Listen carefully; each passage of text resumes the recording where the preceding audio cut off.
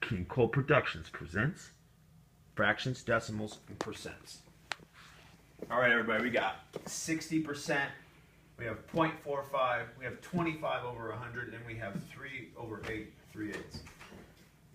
What we want to do is get 60% in the decimal form by moving the decimal that's already here 2 places to the left, and then we'll have 0.60. In fact, we can go backwards and forwards doing that same thing. I can go 2 places to the right here, 45%. So anytime you have a percent, you can move it to the left twice.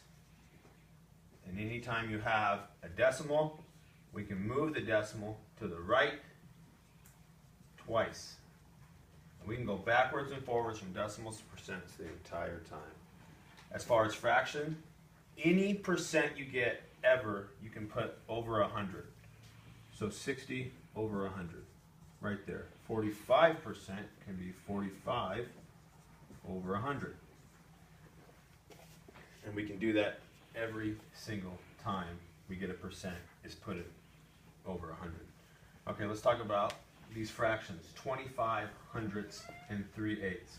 My recommendation is to use a calculator and do 3 divided by 8, and you will get a decimal right away. If you do 25 divided by 100, you will get a decimal right away. If you look down here,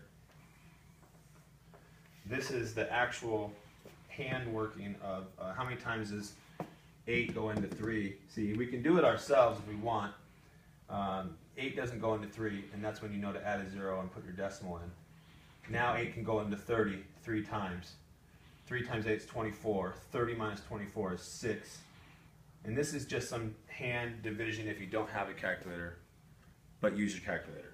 So 3 divided by 8 is actually 0.375. Now what did I say about going from here to here? We just move it how many places? 2 places to the right. So 1, 2. Can you tell me what the percent is? 37.5%.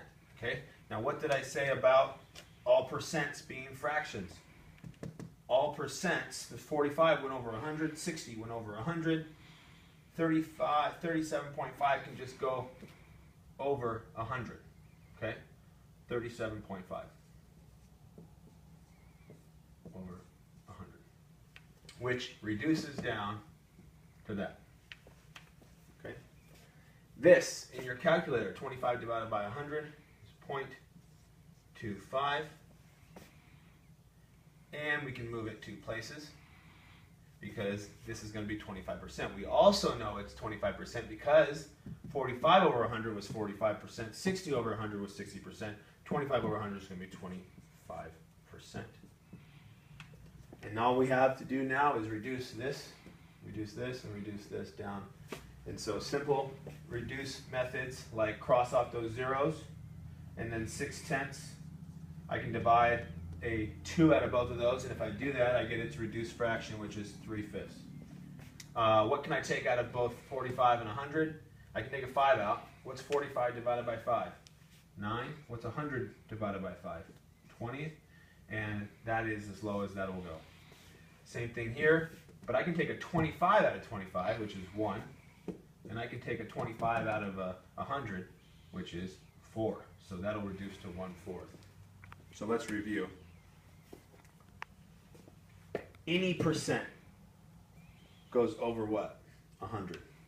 So 25 hundredths, 45 hundredths. How do I get a decimal from a percent? Move the decimal 2 places to the left. And vice versa, if I have a decimal, move it 2 places to the right.